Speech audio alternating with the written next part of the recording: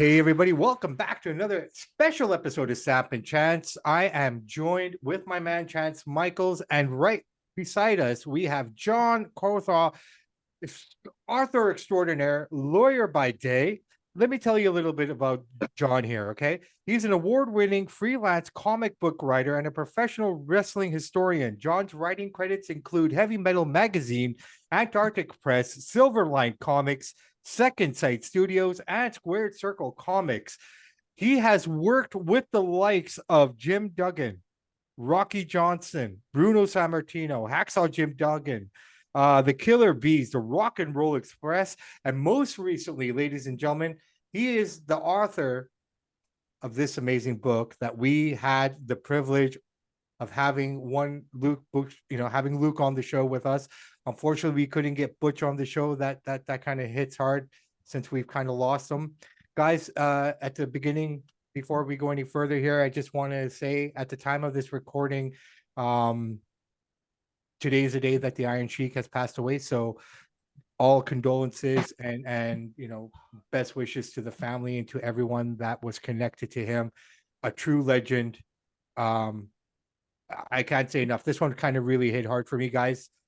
I don't know why, like wrestlers have passed away, but this one hit hard. John, welcome to the show, man. How are you? Thanks for having me on. Yeah, what a day, huh? It's unfortunate. John, so you're a lawyer by day, you're an author by night, you have a family, you have a couple of dogs. How? How do you do it all, brother, man? And in the conversations that we've shared, you're constantly on the go, and a big thank you for taking the time out tonight to give us this opportunity to share your story.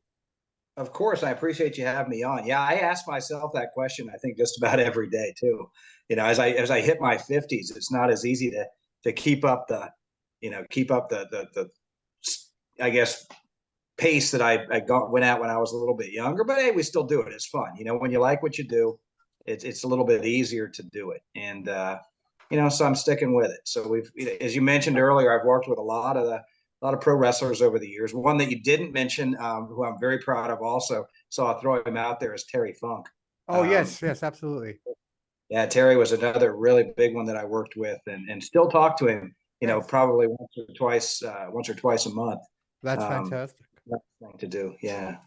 So John, let's get to the nitty gritty of it. I guess the cliche question is, how did you get into wrestling? But I'm kind of curious, like, how did you get into all of it? Was writing your first passion? Was wrestling a passion that transcended into writing? How did it all work for you? Where did it kick off? Well, it's kind of like just about anything else. Sometimes things just fall into the right place at the right time. But I grew up here in Florida. I live in Central Florida, Okay. a fan of pro wrestling. I was born in the early 70s. So, back then, it was before WWF even. It was really WWF back then. And everything was territorial. So I grew up on championship wrestling from Florida, which was the territory down here that was run by Eddie Graham. And And I Dusty, remember, right? yeah, and well, yeah, Dusty did a lot of booking for him. But I remember being a kid, and my parents would leave me with my great grandfather, who was a pro wrestling fan. And I have to credit him, Grandpa Edge, for getting me into pro wrestling. So I can remember being a little kid on the floor of his house. He'd have black and white TV on with championship wrestling from Florida. And I'd see him throwing hands, at the screen, which for a young kid, that's pretty, impressionable. So that's really where my love for wrestling started. And I continued to be a fan, growing up through the years, everywhere from CWF, eventually went to, WTBS at 605 as we would watch, championship wrestling out of Atlanta, the Omni. Eventually, I remember being a kid when Saturday Night Main Event made its first debut with our first introduction to the WWF.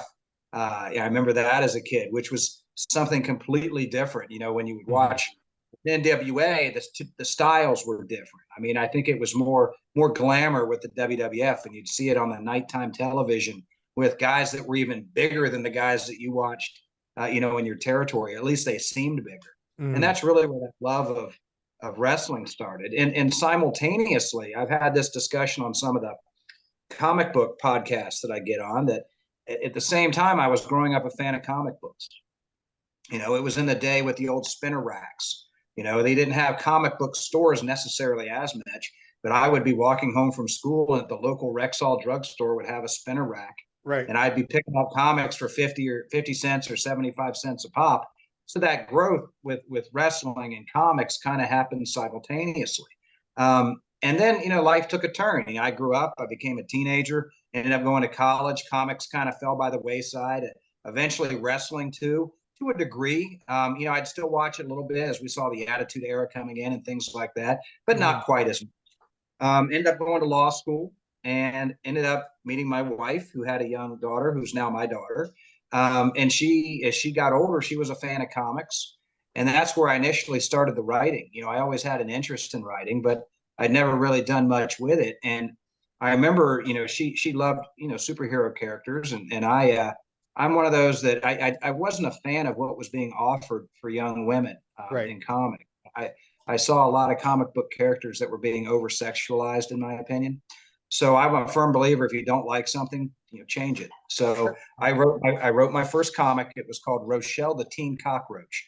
And just kind of on a whim. And lo and behold, it got picked up by Antarctic Press, publisher out of Dallas or San Antonio, Texas. And it did really well. Actually had some great reception. And then here's how I segue to wrestling, which is really odd how this happened. I got a phone call, and I can't really do his voice, but it was a deep Eastern European sounding voice. He's like, "Hello, is this John Crowther?" And I said, "Yeah." And he goes, "This is Nikolai Volkov." Oh, wow. And apparently a friend of mine who was also friends with Nikolai had spoken with him and given him a copy of the Rochelle comic. And, this is when I learned that a lot of pro wrestlers are also fans of comic books. And it's kind of expanded since then. But he had read it and he said, "Hey, can you get me in touch with John? Do you think he'd want to tell my story in a comic book?"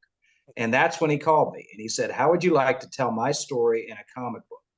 And I'm like, God, how could I not want to, So the first wrestling autobiographical comic I did was actually for Nikolai Volkov. And it just grew up from there. Wow. So you started off with Nikolai, and I guess the traction started there, and other guys kind of caught wind of it. Yeah. So Nikolai introduced me to Bruno Sammartino in Orlando at WrestleMania. And then on my own, I've never been one. Being an attorney, you learn that, you learn to drop those barriers about being afraid to approach people, I guess, because you're dealing with all types of people from all walks of life. So I've really, there's no worries for me of going up to anyone. And I introduced myself to few people, but one that stood out was Brian Blair, Brian Blair. Killer Beast. Yeah, absolutely. So I talked to Brian, super nice guy. He's president of the Cauliflower Alley Club. I talked to him about maybe doing something for him and Jim Brunzell. He loved the idea. He put me in contact with Jimmy, and we did that. We did the Killer Bees comic, which I want to say I think that was our second one, followed thereafter by Lanny Poffos. But once I got to know Brian, Brian is like a walking telephone book for pro wrestling. And I learned pretty quickly that if you're a good person and you're honest, pro wrestling is almost like a fraternity. It kind of reminded me of when I was back in college. And once you get in the good graces of some, you can become in the good graces of all, just because they learn to trust you. They learn you're not there to take advantage of them. And Brian started introducing me around to a lot of people. I remember I ended up joining the Cauliflower Alley Club, which I would encourage a lot of people to do. And I can explain more what that's about in a little bit. But I remember going to one of the luncheons, and I think I was talking to Brian, and I hear again a voice behind me says, hey, you the comic book guy? And I turn around, it's Rocky Johnson. And of course, I'd never met Rocky before. I had seen him there, but I hadn't gone up to him. And I'm like, yeah, I guess I am. He's like, well, how come you haven't written mine yet? Am I not famous enough? Oh. And that started a friendship with Rocky Johnson. He was really a good guy. Despite, I know he had some differences with some people, but he was always a good, kind-hearted guy with me. We ended up working together and did his comic, his story. And for a while there, Rocky wouldn't do a convention in the state of Florida without me sitting next to him, which kind of was a nice treat. So we'd travel around Central Florida, anywhere from Jacksonville down to Tampa area, and we did shows at malls. We did them in fairgrounds. We did them, in convention halls, and it was really a great experience getting to know Rocky, which also opened the doors to even more guys. Well, So that's it's just awesome. kind of, one of those things, like you said, once you get into it and you start to get to know them, and then more people are interested. They want to say, what's this about? Is this Yeah. something you can do for me? Yeah. No, 100%. And I completely concur with everything you said there. We're kind of on the same journey here ourselves. So, anyone listening to this, guys, come, we want you on. John, tell us a little bit more on how you got into the autobiography side of everything, though. Like comic books is one thing, but writing a book is completely different. So Yeah. So I don't know how PG rated you are. I can, I want to talk like Luke when I do this one, but yeah, yeah, um, where we are an open forum, all forms of cussing are accepted. all right. So if you know Luke, you know how Luke talks. But Yeah, of course, all of the wrestling books are autobiographical. yeah, So I was already doing the autobiographies. COVID hit 2020, and things had kind of slowed down at work. The convention scene had slowed down. I had been friends with Luke since probably around 2013 or 2014. We'd met on the convention circuit, and because he's a Florida guy, I would see him, quite often, sure. which really impressed me because I think I met him at WrestleMania one year, Hmm. very briefly, introduced myself, and then I ran into him again at a convention like 2 years later, and he goes, "Hey, John Crowther, how are you, mate?" So I was like, "Holy shit, how does this guy know know my name?" Which I thought was pretty cool. But around 2020, he gives me a call, and he's like, "Hey, Crowther, mate, how'd you like to write a real fucking book?" Oh You wow. know, Yeah, yeah, yeah. and I said, "Well, let's do it." And the funny thing was, I had been approached over the years, like since around, I think 2016 may have been the first one, 2016, 2017. Brian Blair actually asked me to write his autobiography and the traditional book Hmm. after we did the comic. But due to my being an attorney and I had so many things on my table with comics, and then I had, being honest, I probably had a little fear about transitioning into a real fucking book. Mm-hmm.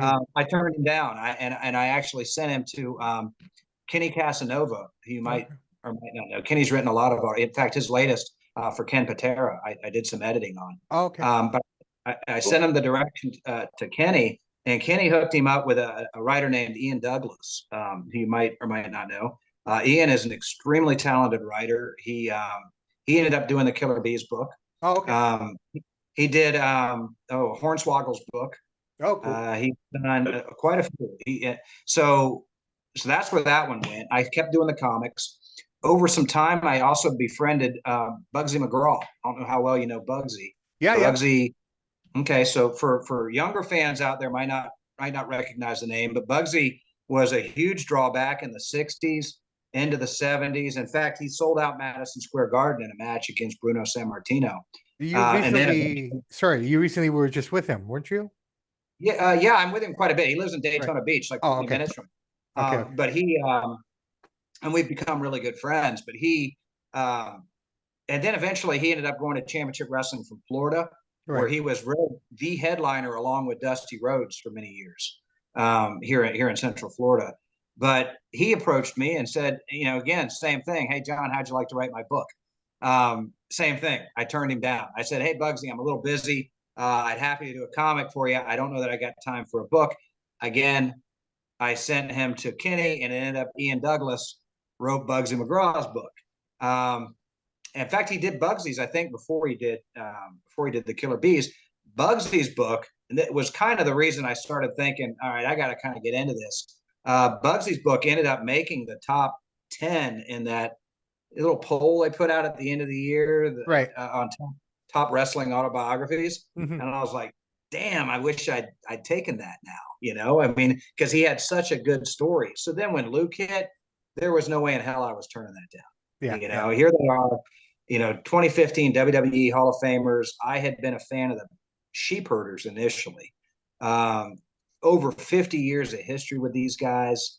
Stuff that I myself didn't know until I actually started getting into it with them. Like I didn't know that much about their even earlier years back in New Zealand when Luke was wrestling in more of a kind of like an exotic Adrian Street, Yeah. Gorgeous George type character as Yeah. Sweet William.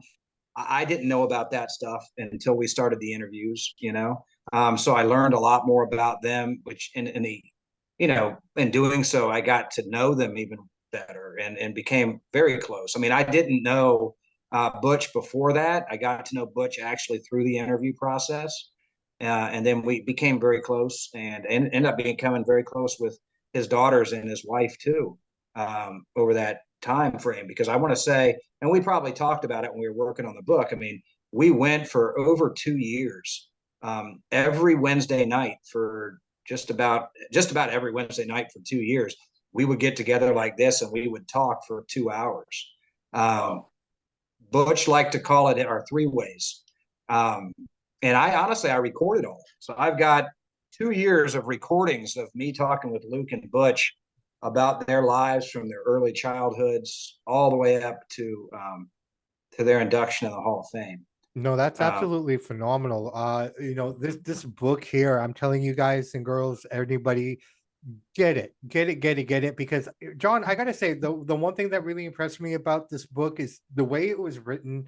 For myself personally, when I was reading it, I felt like a lot of the times I really felt that I was there. Like, you know what I mean? Like, obviously physically not there, but the way it was yeah, written, the description of it all, it was simple, but it was yeah, concise, yet it was full. Like the stories were yeah, full. I mean, for most people, nobody knows the Bushwhackers outside of the WWE, right? Like yeah, there's so much there that people didn't know about that I didn't even know about. And I like to think of myself as like a pretty hardcore mark.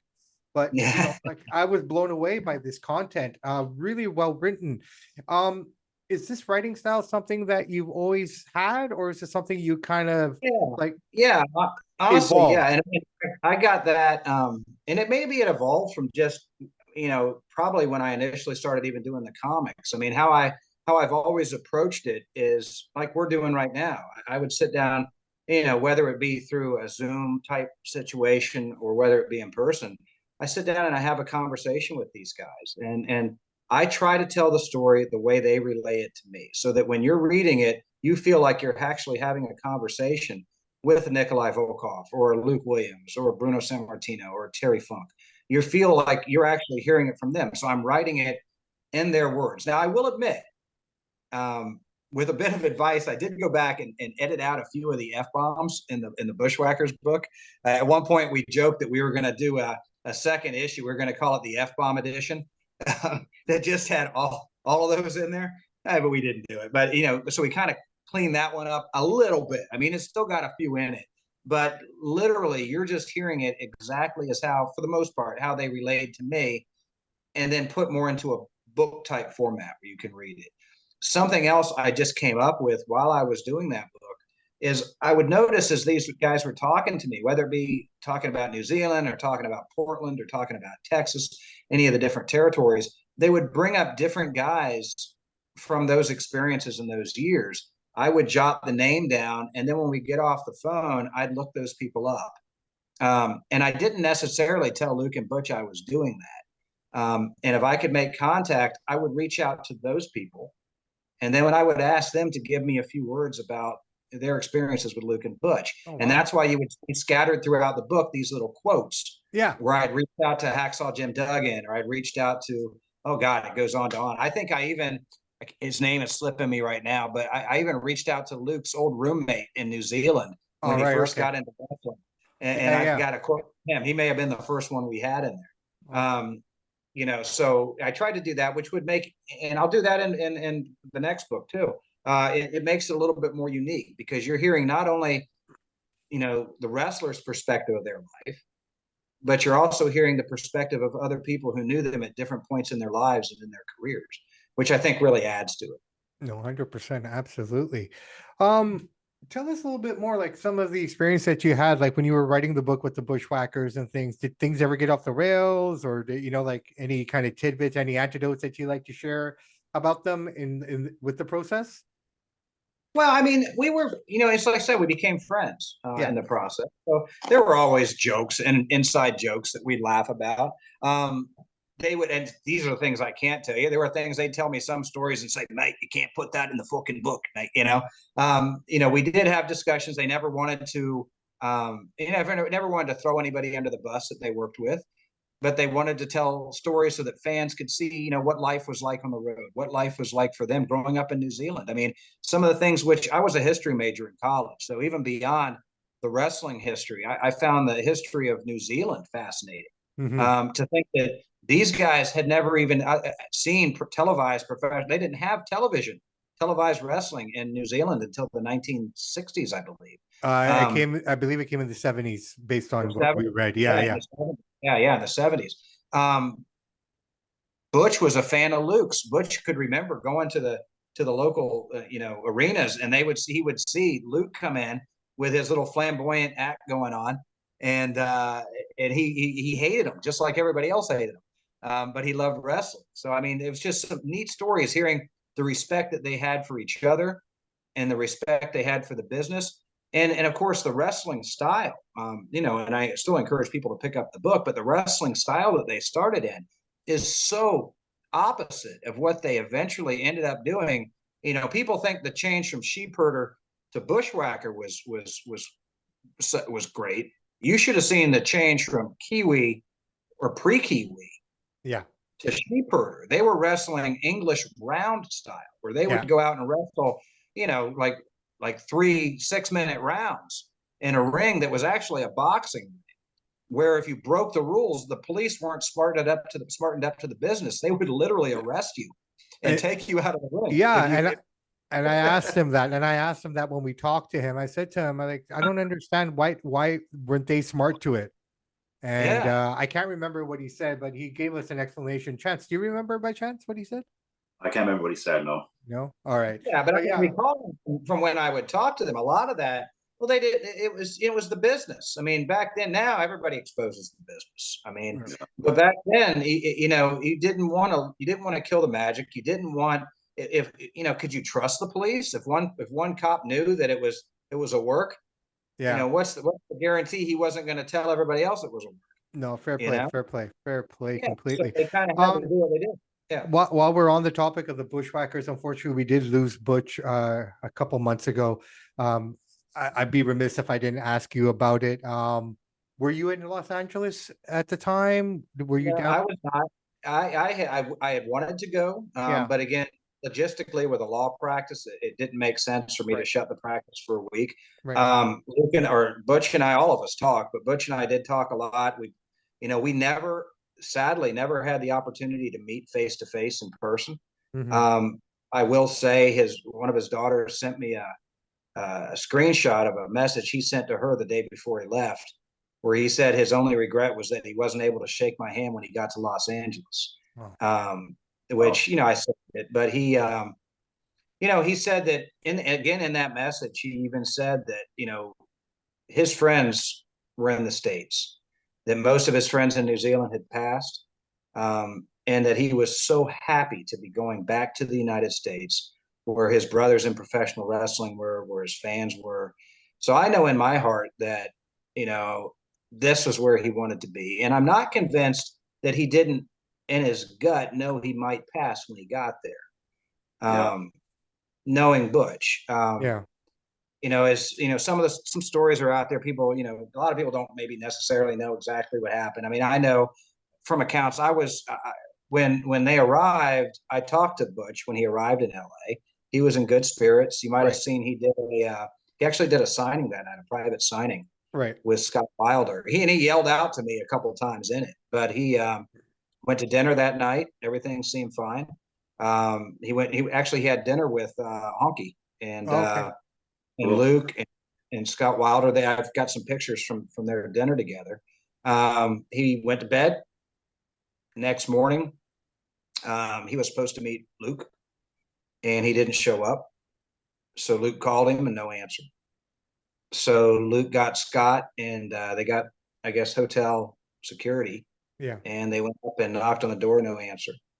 So they went in and they opened the door, and there was Luke. He was non-responsive. He hadn't died yet. He'd laid his clothes out probably the evening before, and so they took him to the hospital, and he went on life support actually pretty early, right. more earlier than we were disclosing to anyone. And for a couple of reasons. I think one, nobody wanted to believe it. Yeah, Two, his wife and his kids are in New Zealand, Yeah. Yeah. Um, Yeah. For sure. you know, so I was talking, in fact, I reached out to the girls and to Helen, trying to get them to contact Luke while all this was going on. Of course, Luke is trying to keep his best face. And his brother of over 50 years, Yeah. is in the hospital, and he's at WrestleCon, and he trying to hold up one end of the business and one end of his love for his brother, but Yeah. and so we were all communicating throughout the days. And then finally, once they were able to contact the girls and Helen and get everybody connected together, that's when they made the decision to go ahead and let Butch, have his rest. Yeah. Yeah. Yeah. But he apparently he hadn't taken, he was on, he hadn't been healthy for many years. Sure. People, you can read about it even in the book. We talk about, Yeah. he was a boy. He was born with club feet. A lot of people don't realize that. Yeah. Yeah. Yeah, and medicine wasn't what it is now, but wasn't like that back then. So they had to break his ankles a couple times and reset them. As in fact, that was one of the reasons he did the march the way he did to the ring, because his gait actually was off because of these ankle surgeries he'd had. Right. Right. He was a boy, but he got infections later on in his career that it made him really sick, where he almost died here in the States early on. Mm-hmm. And he had to be flown. That's why he went to New Zealand. He had a hip taken out because of infections. Mm-hmm. He almost died the time in New Zealand. And they were able, we used to kind of laugh about that Butch had so many lives, he kept kicking out. And like I think people wanted to believe that. We wanted to believe that he'd kick out again, because he was always able to kick out one more time, Yeah. And this time he just couldn't. No. And it's just a real shame. Yeah, it's a loss for us, but wrestling heaven has gained a legend. I always imagine wrestling heaven is this, like when someone dies, they enter the ring and they go up there, like, I don't know, it's just kind of my own little fantasy, but I always picture when Road Warrior Animal died, I pictured Hawk getting beaten up in the ring in heaven and he just shows up and yeah. And without getting religious on people, I mean, I look at it, first of all, I feel blessed to have known him. I feel blessed that we got this book done. Yeah. And we got his story out, before he left us. Yeah. I think it was important not only for his fans and for him, but also for his family. Absolutely. For his daughters, for his grandchildren, for his future grandchildren and great grandchildren. They'll know who their dad and their grandfather was. Yeah. And some of the things he did. They'll always have that. But I am also a believer that what we are doing right now, this life that we have now, is not the end. So I have confidence that there's more beyond this, and he's probably looking down now, smiling at everybody and kind of having a chuckle, and maybe even doing a little march up there too. And I'm confident I'll see him again. Yeah. I honestly and truly believe that. So, That's awesome. I love you, Butch. Absolutely. And we've lost some more since then. And it's a tough. I don't know your actual age. I mean, I'm 52. I'm 48. You're 40. So we're in the same generation, and we're at that age where we're starting to see a lot of the guys and girls too, female wrestlers, and not even just in wrestling. It's just in entertainment and just in life. I really believe. Yeah, I just like I look at it this way. We're at a stage in our lives, all three of us, where goodbye is more common now than hello. Absolutely. In a lot of ways. And it's kind of like Tina Turner and Butch and the Iron Sheik today and what have you. It's like these are all Billy Graham. Yeah. These are all pieces of our lives that make us who we are as individuals, So I mean it's rough, man. It's truly rough, but we're blessed to have had the privilege of watching them and enjoying them and being a part of whatever they've given us. So I mean, thank you to. And in some instances, like me, like I said, I feel so blessed. I never would imagine, as a little kid crawling around on my great grandfather's floor, that I would actually become friends and tell the stories of these guys and gals that I would watch on TV. I never, ever, ever would have imagined it. And I feel so lucky and blessed that I'm able to do that. And I'll tell you, every time we lose one, every time we lose a Butch or we lose a Rocky, and if you look back on my trail of books I've done, I've lost Nikolai Volkov. I've lost Bruno Sammartino. I've lost Laney Poffo. I've lost Rocky Johnson. I've lost Butch. I've lost so many. And I look back, and then that's a short period of time. And I look back, and it makes me even more proud and happy that I got started doing what I'm doing, and that I'm able to get these stories out. And it emphasizes why it's important to get these stories told. And it's not just about me trying to write books and, hey, everybody knows who I am, and I'm selling books. It isn't about that. It's about preserving their legacies for other people to know who they are, and not just for fans. Like I said, it's not just for fans. It's for their families. It's for their future family that hasn't been born yet, even. Because these guys and these gals did some amazing things, not just in wrestling, in life. I mean, Butch was in the military. Butch did so much stuff, and he lived lives that, in a time when they didn't have TV, in a time when they didn't have air conditioning, and times stuff that people nowadays can't even imagine. And to be able to go back and read stories about that and understand what life was like from 1944 to now, and how different it is from now to 80 years from now, it's important, and it's history that needs to be maintained. And hey, as long as I got breath in me, I'll keep doing it. That's awesome. So currently you have, sorry, right? A chance? You got No, something? go ahead. Yep. Go ahead. Currently behind you, we see Glacier. What's going on? Yeah, well, first of all, when I logged into Zoom, I learned how to do something I'd never done before, so I threw this up. So I'm actually working on another book. Awesome. For Ray Lloyd. For people who don't know him as Ray Lloyd, they might know him as Glacier from WCW. So Ray lives not that far from me. He's over in the Orlando area. I approached Ray shortly after finishing the Bushwhacker book, and said, "Hey, Ray, how'd you like to get a book done?" And he said, John, like 2 people have asked me. And he goes, but let's talk about it. And when I explained to him what I do, how I do it, he said, I wouldn't pick anybody else. So we started working on Ray's. For people who didn't hear me talk earlier about how we did these, the same thing. I get together with Ray generally every Tuesday or Wednesday night. We talk for about 2 hours. We laugh a lot. We run over history. He has a hell of a history. Before he ever became a wrestler, he was an All-American football player playing center at Valdosta State. He was a world class in karate. Actually, a lot of people don't. It wasn't just a character that he played on in WCW. It actually led to the character, but he's very well trained in karate. So that's what we're working on now. We did take a little bit of time off, and I want to plug this for him. Ray's got a movie coming out. I want to say about 3 years ago, maybe 4 years ago. We've been friends for a while, but he invited me to come out on set. He was filming locally in a town, Sanford, about 25, 30 minutes from here. I showed up on site. He was there with Haku and Stan Hansen, Ernest Miller.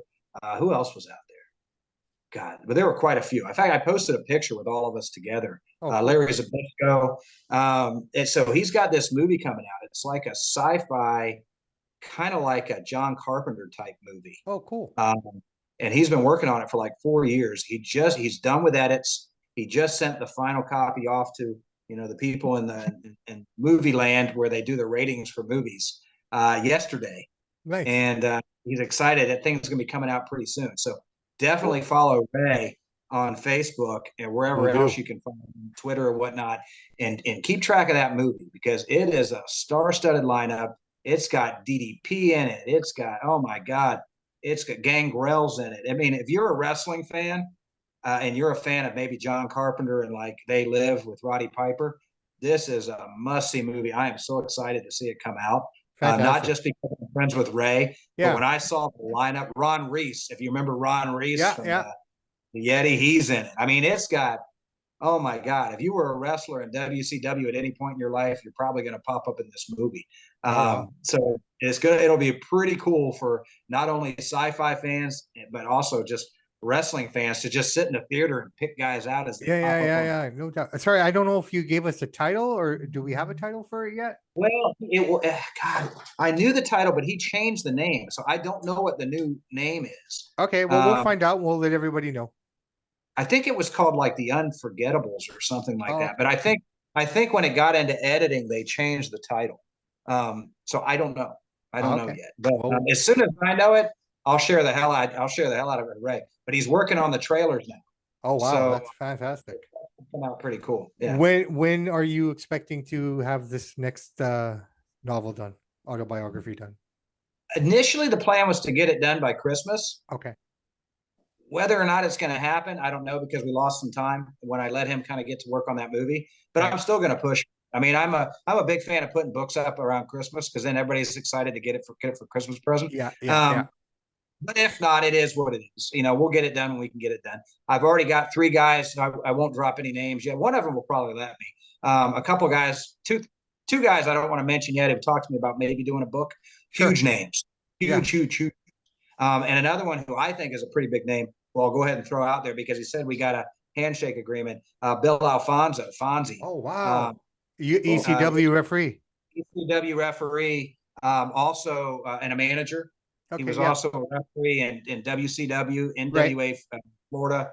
He was in WWE. Yeah. In fact, I did a show with him last weekend in the Tampa area, CWF Fan Fest. And I told him, this is when we were talking about it. And I said, honestly, Fonzie, I think if I sit down and think about who's living today, Fonzie has probably worked with more professional wrestlers than anybody else living today. Oh wow. Because if you think about it, ECW, WWE, NWA, WCW, AWA, he's worked through so many different organizations with so many different people. Now, not as a worker, but as a referee or as a manager. The stories this guy's got. I mean, everything from, of course, managing RVD, Sabu, and those guys. And oh God, and he's an amazing storyteller. If you've never sat down with Fonzie, you've never lived life because this guy, Wow. he is so wired and he's got so many stories, Daddy. Yeah. Well, you know what? We'd love to talk to him, man. If we ever got the opportunity, that'd be amazing. I'm sure I could help you set something up with That'd be him, but he's great. That'd be phenomenal. a Thank you so fabulous much. guy. And I'm really excited to work with him Yeah. down the road. No, that's phenomenal. Something too. So much cool stuff we could talk about. You got so many things going on, John, but do you even watch wrestling today? Are you familiar with the product or anything that's going on? I'm not, I don't, and I hate saying it, I don't watch it as much as I probably should. Fair And enough. then when I don't want to be, I hate being negative about anything. Sure. But I'm honestly not as big of a fan of the product today as I used to be. And I look at it and I can't, I don't know if I have an exact reason. I mean, I've got several theories I could possibly throw out there about why not. I mean, one is I'm just older. But, I think, if I do get a chance to watch it, I'm generally finding myself watching old reruns of like, UWF or CWF or WCW or old Charlotte territory stuff and old WWF stuff. And one of my thoughts too is I think the internet has hurt wrestling. That's one of the reasons. I think there was more magic possibly, but again, I question whether there was more magic because I was a kid or was there more magic because there were more secrets. Nowadays with cell phones and with the internet and with Twitter, I mean, you see a character on TV and then like 5 minutes later, they're out having beers with the heel on the internet. So it kind of kills the whole storyline. Yeah. I think it seems like nowadays, and I've had this discussion with some of the guys I've worked with, they're trying to blow up every show like it's the end of the season with wrestling. I mean, it's like everybody's trying to do the highest spot every single night in every single match. They're throwing high spots in the opening shows and leaving nothing for the later guys. It's just, I don't know. The booking doesn't seem to be the same quality. And it's sad. I mean, I wish it were the same, but it just doesn't draw me in as it used to.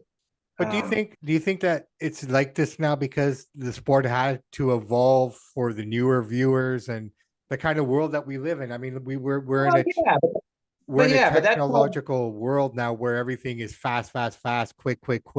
You look at every sport in the world, they're trying to make it quicker.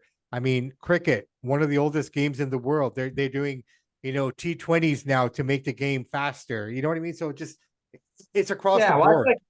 I call it fast food society. I think I read an article a couple of years ago that we now as humans have a shorter attention span than a goldfish.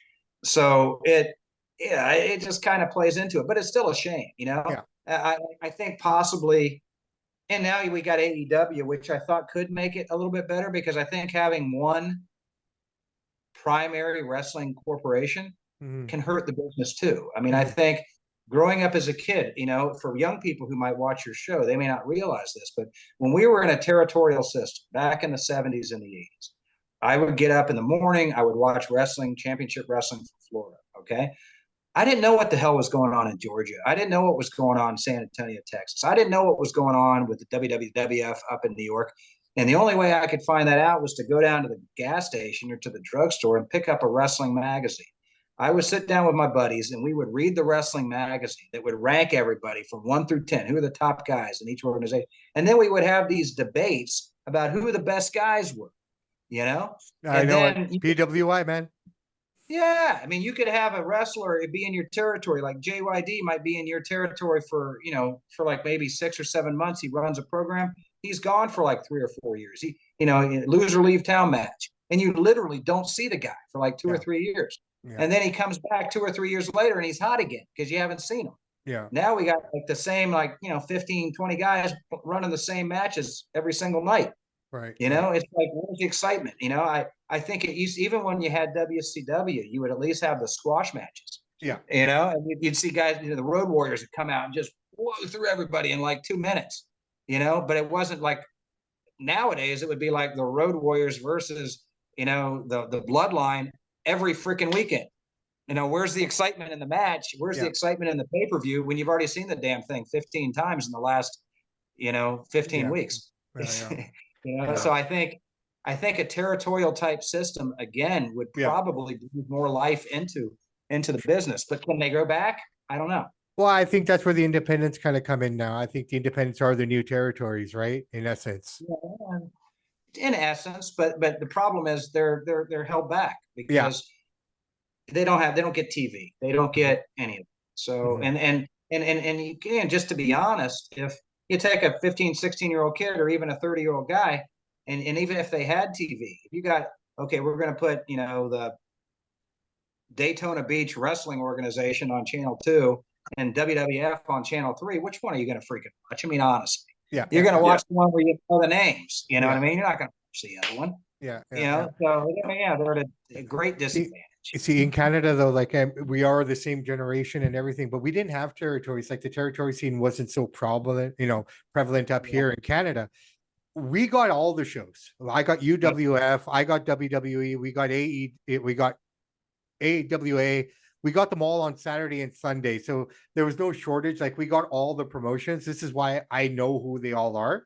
UWF would come on at 11 p.m. on Sunday. NWA would be on at 11 p.m. on Saturday night. AWA Saturday afternoon at 1. WWE would be on at 3:30, sort of a deal. So that whole schedule of Saturday and Sunday. So we kind of got everything there. We never were privy to the territories per se. We had more of the independents here, right?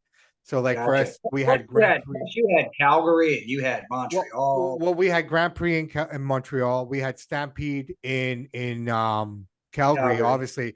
But I mean, if you think about it, from Alberta to Quebec, wrestling was huge. BC, British Columbia, our province, it was big, but it was never as big as once you cross the Rockies. Gotcha. Right? You know what I mean? Like guys would come through here and everything, but at the end of the day, once you cross the Rockies, and I always say this, it's like Games of Thrones. You got British Columbia, then you got the fucking wall, and then the rest of the country. Right? Yeah. Right? That's the way I've always looked at British Columbia. It's going to be -5 once you go on the other side of the wall and +10 on our side.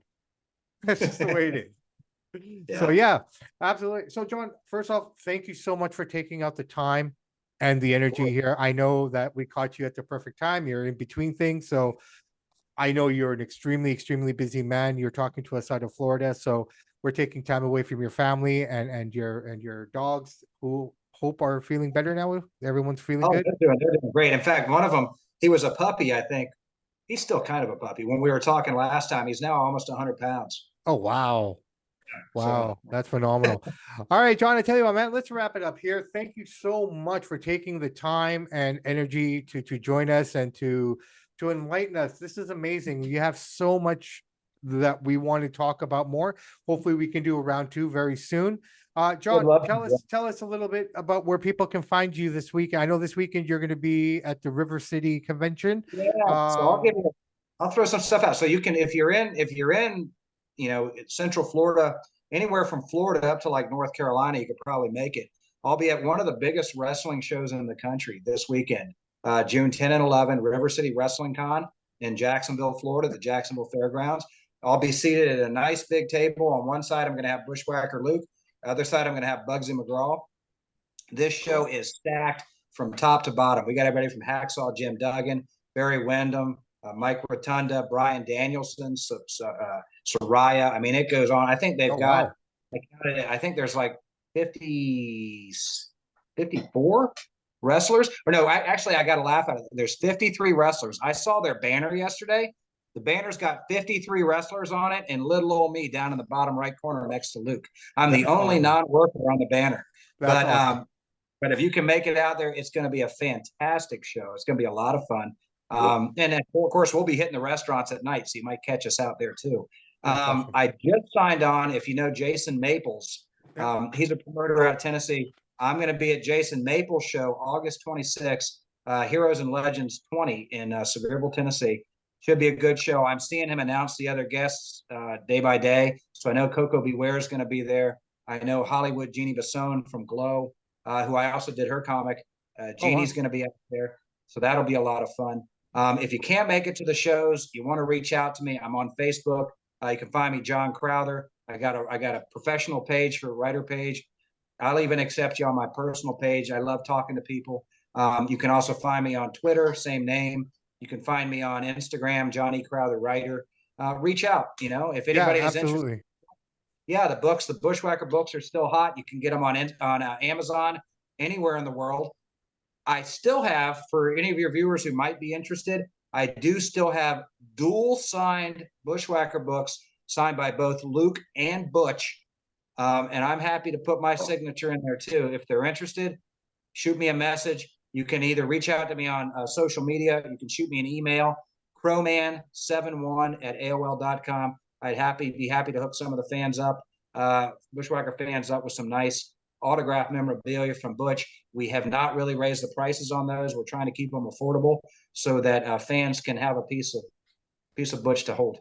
That's awesome. Guys, so what we'll do here, I will write all this down in the description so people will find all the links and everything.